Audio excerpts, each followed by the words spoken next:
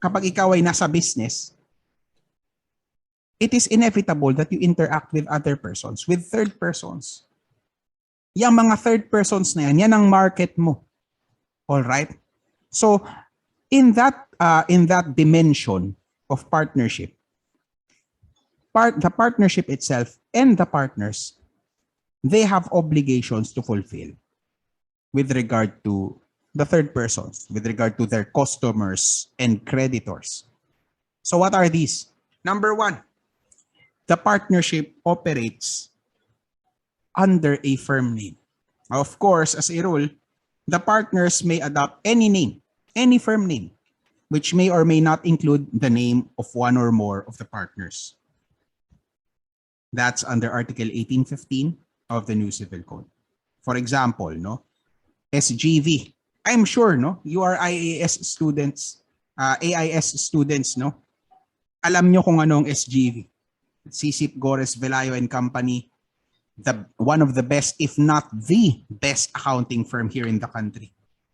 Of course, the name Sisip Gores Velayo, galing yan sa pangalan nung dalawang founding partners, si Washington Sisip, the Washington Sisip, and Alfredo M. Velayo, who lent his name to the UST College of Accountancy, now known as the Alfredo M. Velayo or AMV College of Accountancy, and Ramon Gores. No? At the time, no, Ramon Gores operated the long-defunct Henry Hunter Bain and Company, an American accounting firm with a branch dito sa Pilipinas. And then later on kasi, the then Sisip Velayo Jose and Company, nag-merger yan sila ni Henry Hunter Bain and Company. The resulting entity, post-merger, is the entity that we now know as SGV, Sisip Gores Velayo. So yan, no? That's an example of a firm name. It contains the name of one or more of the partners. Si Sisip, si Gores at si Velayo, lahat sila partners ng SGV at some point in the past. So that's all right. Now, another example, the Lawyer's Hub. No, this is a law office in Mandaluyong where one of my batchmates in law school, no, where she works. Ang kanyang boss doon, if you know this man, one of the more well-known statesmen in the Philippines, Chairman Benjamin Abalos. Yan ang managing partner, so to speak, na nakaharap ko na sa court. I had the good fortune of appearing against them in court. I would like to believe that I was able to hold my own, but of course, starstruck ako the whole time. Ang pangalan ng kanilang law firm, again, is The Lawyer's Hub. Note that unlike other law firms, walang pangalan ng partners dun sa pangalan nila. All right? And that is allowed under Article 1815 of the Code. That is okay.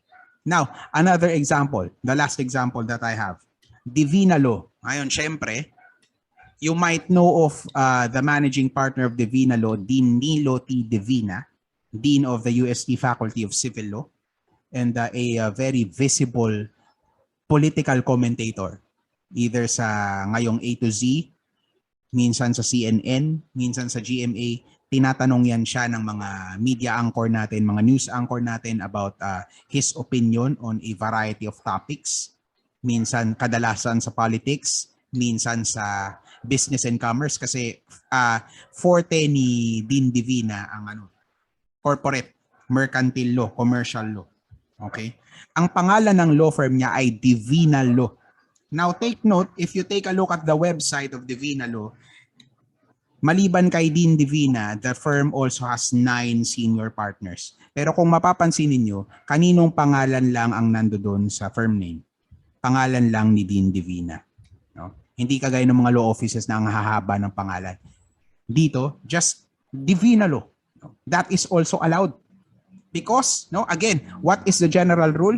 Any firm name which may or may not include the name of one or more of the partners. So, 0, no, walang pangalan ng partner sa pangalan, check yan. It's all right kasi may or may not include. Now, only one of the partners ang nakalagay sa pangalan nakalagay sa firm name. Okay lang ba 'yon? Yes, okay lang 'yon. Check.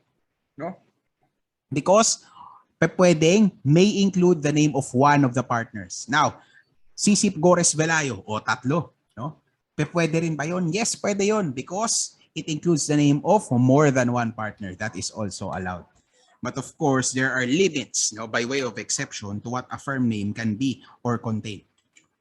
For example, no, for one, no, the partners cannot use a name that is identical or deceptively or confusingly similar to one already protected by the Securities and Exchange Commission or a sole proprietorship registered with the Department of Trade and Industry. This is according to SEC Memorandum Circular number 14-00. For example, pwede bang gumawa ka ng partnership operating a restaurant business as papangalanan mo ng McDonald's? That will not be allowed because the name is deceptively or confusingly similar to the name of McDonald's.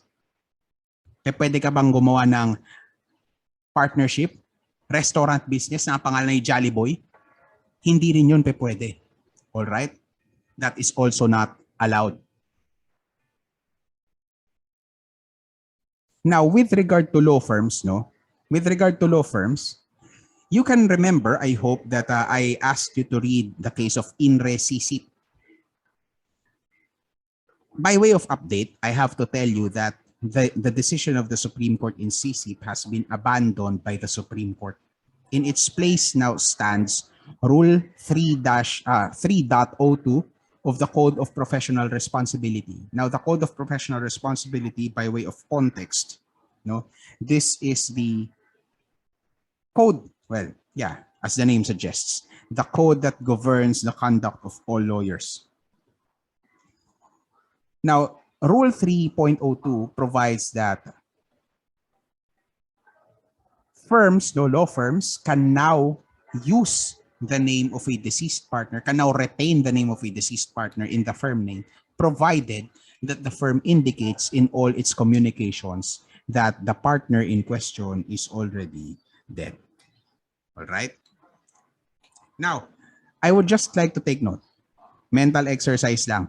You can check the website of CCIP Law. No? That's what they are known as now.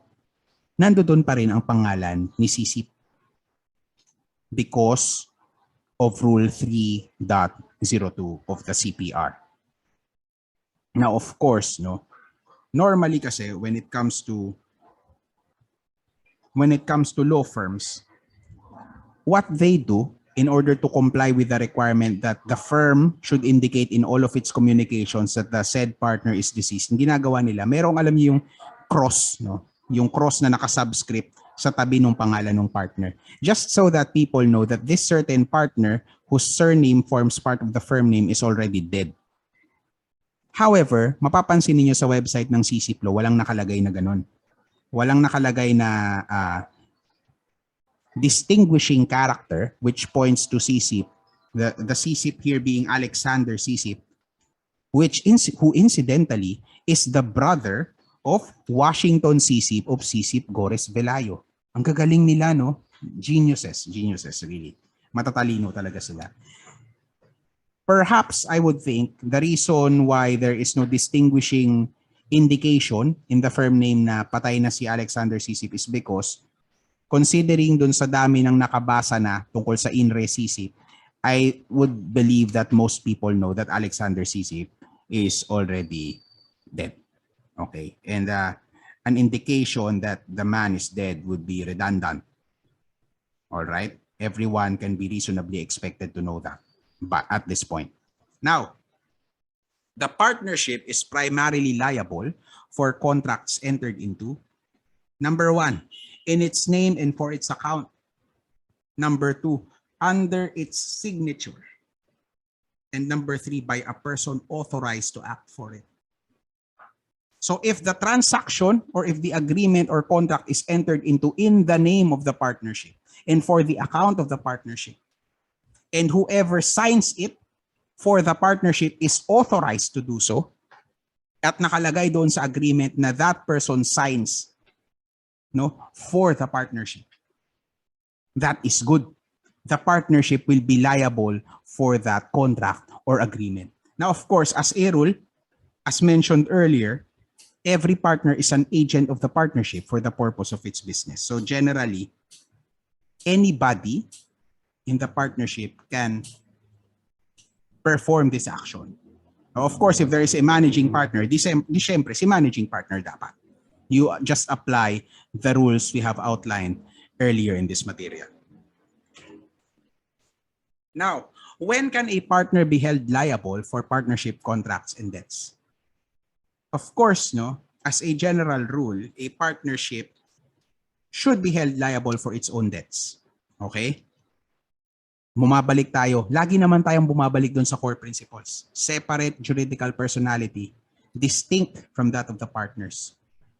A partnership is capable of incurring debts and is equally capable of paying them by itself.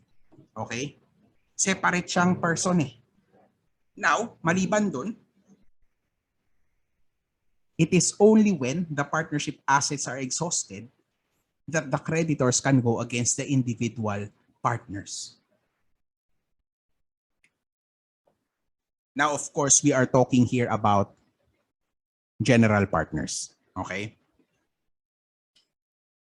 Na in case, no, in the event that the partnership property or the partnership assets have been exhausted, the general partners can count on the creditors of the partnership pursuing them, no,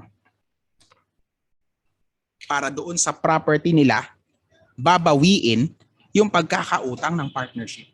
Now, the general partners here are liable pro rata with or proportionately, no, with all of their property. Of course, no, I know that you know that the nature of the partner's liability, the general partner's liability here is of course subsidiary. Kasi syempre, hayaan natin si partnership na bayaran yung sarili niyang utang gamit yung sarili niyang property. It is only, again, when the partnership assets are depleted that the creditors can pursue the general partners. Now, take note of the decision of the Supreme Court in La Compañía Maritima versus Muñoz, a 1907 decision in GR number L-3704. At this point in time, no, at this period in our history, the applicable law on partnership is not yet the new civil code, but the Code of Commerce. The SC said that both the partnership and the separate partners thereof may be joined in one action, but the private property of the latter cannot be taken in payment of the firm debts until the common property of the concern or of the partnership is exhausted. This affirms what we said, that the nature of the liability of a general partner is subsidiary in nature.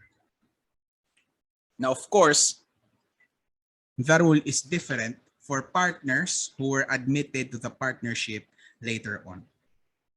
So, diba, like what we said, sometimes partners are admitted to the partnership well after the partnership itself was formed. Now, this partner, this new partner, for example, admitted siya 25 years after the partnership was constituted. This new partner can also be held liable for all of the obligations of the partnership arising before this new partner's admission. So, lahat ng mga obligasyones ng partnership bago pa siya sumali, sasaluhin niya yun. But, no, their liability shall be satisfied out of partnership property. In other words, the subsequent partner cannot be compelled to use their separate property to pay partnership debts. Except, of course, except if there is a stipulation to the contrary. This is provided under Article 1826 of the new Civil Code. Now, with regard to acts apparently for the carrying on of the partnership's usual business, the general rule is that the partnership is liable for any act of a partner apparently for the carrying on of its usual business. The acts, of course, bind the partnership. So pag si partner ay nakipag-transact sa isang customer for the sale of, sabihin natin, for the sale of 500 school textbooks, no? Sabihin natin the partnership engages in the publication and sale of textbooks for elementary and high school students. Yung transaction na yun shall bind the partnership. Now, of course, by way of exception, the partnership is not bound if the following concur. Number one, if it later turns out that the partner concerned has in fact no authority to act. And the person with whom the partner transacts has knowledge that the partner has no authority to act. So it's not enough, no, na si partner walang authority to act. Kailangan aware yung kanyang nakatransaksyon na walang authority, walang karapatan, walang kakayanan yung partner na nakausap niya. Otherwise, partnership by estopel. Okay? And liability, the resulting liability by virtue of estopel. Now, of course, no act of a partner in contravention of a restriction on authority shall bind the partnership to persons having knowledge of the restriction. Article 1818, paragraph 1 of the new Civil Code. The exception to the exception, again, is partnership by estopel. In which case, no, being that hindi aware yung katransaction as to the lack of authority on the part of the partner he or she has been talking to, well, the partnership will be bound.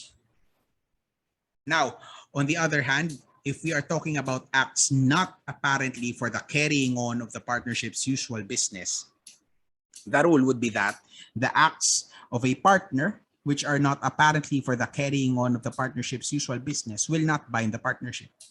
Kasi, no, for the very simple reason that hindi siya business related. Why in the world would it bind the partnership, right? Now, of course, the exception here would be that if such an act will bind the partnership if the other partners authorize the partner concerned to do it. So basically, may basbas ng ibang mga partners yung action ng partner concerned. In which case, naturally, it will bind the partnership as outlined in Article 1818, paragraph 2 of the new Civil Code. Now, there are certain acts, no? Kanina, napag-usapan natin na there are certain actions that, for example, a managing partner can perform or do only if there is consensus among the managing partners. Now, hindi naman lahat ng partners managing partners. Of course, no? A limited partnership, for one, only contemplates one or more general partners, and then the rest would be limited partners, right? Now, considering all of these, there are certain acts that can only be done with a unanimous consent or authorization of all of the partners. These acts are what we call acts of strict dominion, basically acts of ownership, which include, number one, assigning the partnership property in trust for creditors or on the assignee's promise to pay the debts of the partnership. Number two, disposing of the goodwill of the business. Number three, doing of any other act which makes it impossible to carry on the ordinary business of the partnership. Next, confession of judgment. After that, entering into a compromise judgment concerning a partnership claim or liability. Next, submitting a partnership claim or liability to arbitration. And finally, renouncing a claim of the partnership. Basically, all of these amount to a disposal of right, either a disposal of right on the part of the partnership, which of course jus dispodendi, an act of ownership, which of course can only be exercised with the conformity of all of the partners. Now others, yung confession of judgment, which is basically pleading guilty in a certain action in court, and then entering into a compromise judgment, which is basically the same thing, in essence. And finally, yung submitting a partnership claim or liability into arbitration. So essentially what this means is that the partnership, with the conformity of all of the partners, agree for the parties in dispute to enter into proceedings outside the court in order to determine their respective rights and liabilities. So parang korte pero hindi. So basically surrendering the partnership to the court or a body or tribunal similar to the court. So lahat ng yan nangangailangan ng conformity ng lahat ng partners. Hindi pa pwedeng isa lang, hindi pa pwedeng majority lang, kailangan lahat because of the gravity of the action concerned. Now, there are times, however, when a single partner or at least a few but less than all of the partners could do these acts. Yung ating 7 acts of strict dominion. But only when these requisites concur. If the other partners authorized the single or few partners to do so. Kumbaga may authority, may basbas naman na ng ibang partners to begin with. Or if the other partners have already abandoned the business. O if the other partners ay naglayas na, so makabilang bakod na, leaving the single partner to handle the affairs of the partnership, then of course, there is no longer any need to secure the conformity of everybody else. This is provided under Article 1818, Paragraph 3 of the New Civil Code. With regard to conveyances of real property, in other words, for example, if a partner sells office space owned by the partnership, as a general rule, any partner may convey real property in the name of the partnership. Kasi nga, di ba? Going to one of our central tenets here in this field, here in this topic, no? Every partner is an agent of the partnership. So any partner may transact for the conveyance, basically sale, donation, etc. of real property in the name of the partnership. And the partnership can recover the property if it so desires. Pwede niya bawiin. Pwedeng bawiin ni partnership if it later turns out na improper yung conveyance. Because partnership property is the property of the partnership, not the property of any partner. Now, by way of exception, the partnership cannot recover the property if, number 1, the act of the partner binds the partnership. Now, for example, if the conveying partner is a general partner, diba, who has the authority to conduct the usual business of the partnership. Or if the partner is not so authorized, but the property has already been conveyed by the grantee or the buyer to another person, to a third person, who acquired the property for value and without knowledge that the conveying partner exceeded their authority. Yung tinatawag nating buyer or transferee in good faith. Because if a person buys or receives property in good faith nang wala siyang kaalam-alam na wala palang right yung partner na i-dispose, i-donate o ibenta yung property, yung acquisition in good faith nitong third person is protected by the law. Wala na, napunta na sa kamay ng isang tao, ng isang buyer or purchaser or donee in good faith. Wala na. Kumbaga out of bounds na yung property, hindi na siya pwedeng bawiin ng partnership anymore. All of these are stated in Article 1819, Paragraph 1 of the New Civil Code. Now, no? Any statement made by any partner concerning partnership affairs within the scope of his authority is evidence against the partnership. Now, what is the implication of this? No? Ibig sabihin lang nito, when these requisites concur, again, any statement, any admission, any representation by any partner can be used as evidence against the partnership when, number 1, it concerns partnership affairs. Okay? Concerning partnership affairs na. And number 2, such affairs are within the scope of the partner's authority, as outlined in Article 1820 of the New Civil Code. The implication of this is that partners should be very, very careful when talking about the partnership business. Kung yari, no, class, partner ka sa isang partnership where the business is the preparation, the serving, and delivery of authentic Japanese cuisine, quote unquote. Sinabi mo, though you're half joking, no? Biro-biro lang naman, sabi mo dun sa ibang kausap mo na, nako, yung wasabi namin, synthetic lang yun, peke yun, kaso maraming nakarinig. Now, if people respond negatively to that remark and it would affect the business, then the partnership cannot hit back. No? The partnership cannot react or respond saying na joke lang yun. All right.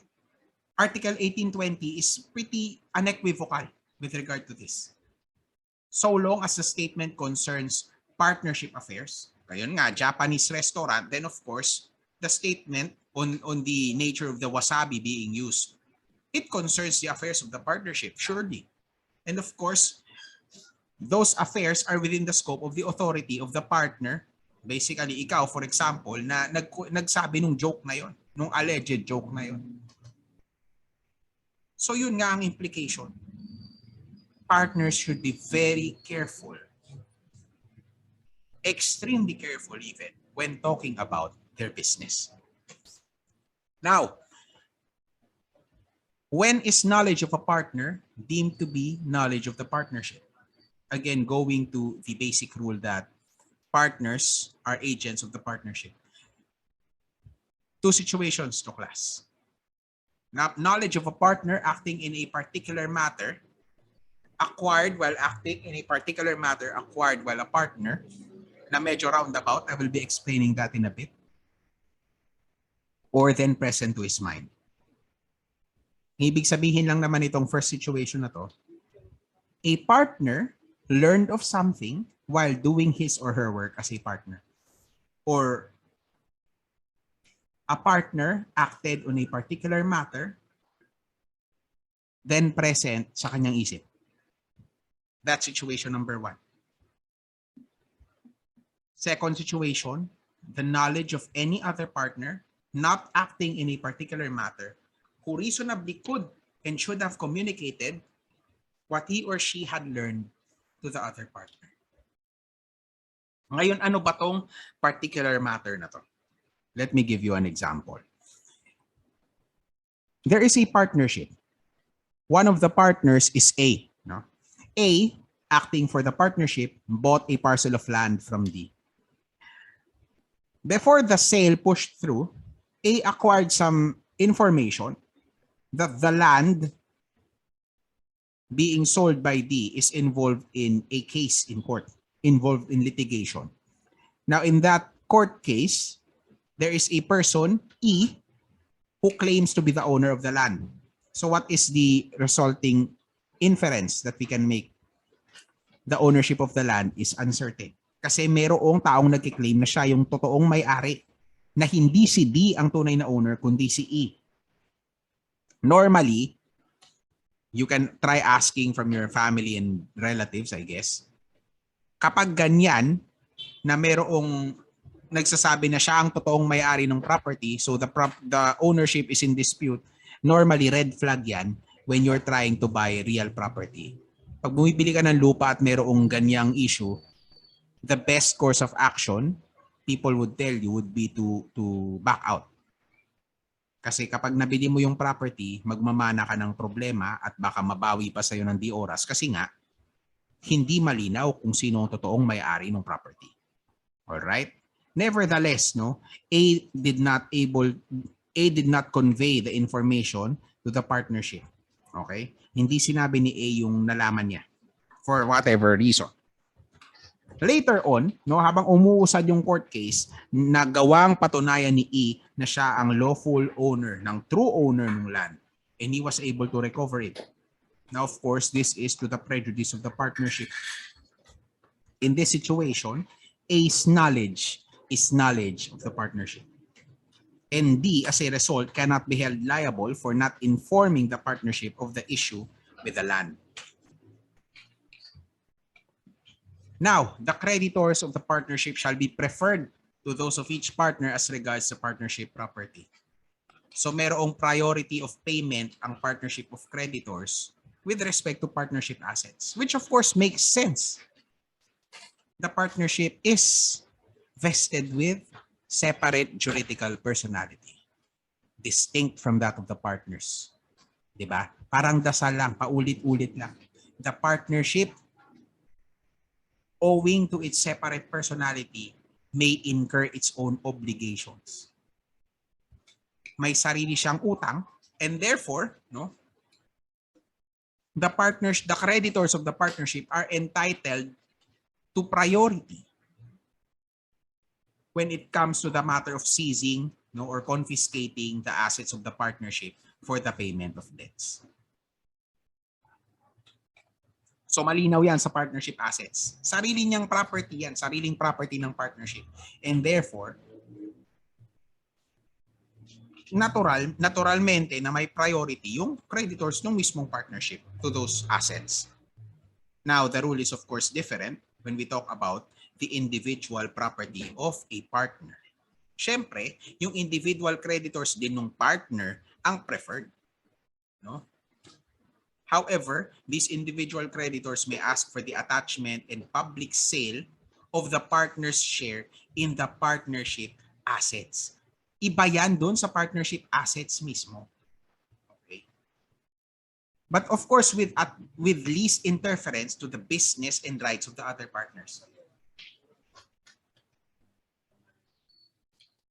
So secondary priority lang. Yun lang ang ating takeaway dyan. Secondary ang priority ng individual creditors ng partner with regard to the partner's share in the partnership assets. No? Limited lang yung pwede nilang habulin. Yung share lang ni partner. No? Pero they have to do it without interfering with the business of the partnership. Hindi titigil yung business ng partnership para dito sa mga individual debtors na to. At ganon din, hindi rin dapat istorbohin yung rights no ibang partners. All right? This is provided under Articles 1814 and 1827 of the New Civil Code. No? Now, under what circumstances are the partners solidarily liable with the partnership for anything chargeable to the partnership? Kasi so far, as a general rule, mapapansin niyo, di ba? Subsidiary liability nga ang general partner, hindi ba? Hindi siya pwedeng i-front and center. Hindi pwede. Because, no? Si partnership ay may sariling personality at kayang magbayad ng sarili niyang utang using its own assets. Okay? Pero there are situations where all partners can be held solidarily liable with the partnership in these situations. Number one, whereby any wrongful act or omission of the partner acting in the ordinary course of the business of the partnership or with the authority of his co-partners, loss or injury is caused to any person not being a partner in the partnership, or any penalty is incurred, the partnership is liable therefore to the same extent as the partner so acting or omitting to act. That's under Article 1822 of the New Civil Code. Mapapansin niyo to. Minsan, may magpo-post sa social media na merong paa ng ipis na kasama dun sa palabok fiesta nila, o paa ng ipis sa Jolly Spaghetti, o may kung anong uod doon sa manok na in-order sa mang inasal, may may maggots, no? Sino ang liable doon? No? Hindi ba ang sumasagot nung daños perjuicios yung mismong establishment? Hindi lang naman yung service crew na nag-prepare, no? Hindi lang naman yung service crew na nag-prepare nung pagkain. Hindi rin naman yung servidor na nagdala ng pagkain sa inyo. At hindi rin yung manager na supposedly merong command responsibility, merong duty of supervision doon sa kanyang crew. Who shoulders the expense? Is it not the corporate entity?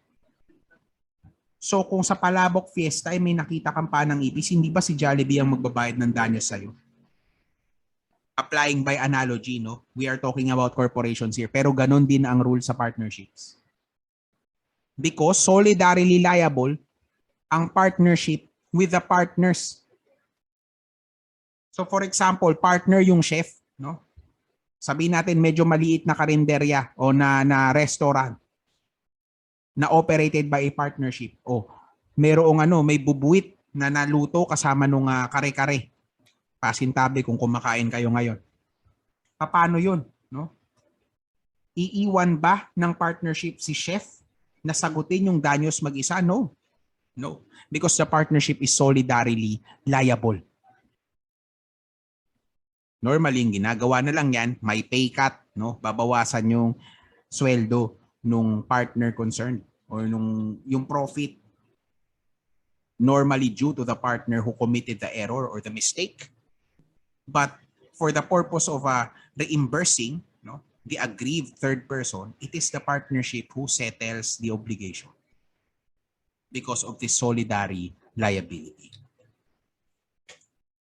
Second, where one partner acting within the scope of their apparent authority receives money or property of a third person and then misapplies it, pursuant to Article 1823 of the New Civil Code. Or where the partnership in the course of its business receives money or property of a third person and the money or property is misapplied by any partner while the money or property was in custody of the partnership. Let me give you an example. A, B, and C, partner sila sa partnership na X and Co., X and Company. Si X and Company ay isang pawn shop business. Ngayon, si A ay may natanggap from D na isinasangla na diamond ring as a security for a loan D obtained from X and Co. Ngayon, si A, at some point in time, A was gripped by temptation. Binenta niya yung singsing for himself. He disposed of the ring. He misapplied the ring. In this scenario, A, B, and C are all solidarily liable for the loss of the ring. They are solidarily liable with the partnership X and Co to D. Yes, kahit na si B at si C na innocent partners, kahit na wala silang kinalaman, they are solidarily liable. Of course, without prejudice to their right to recover damages from their guilty partner A. Now we move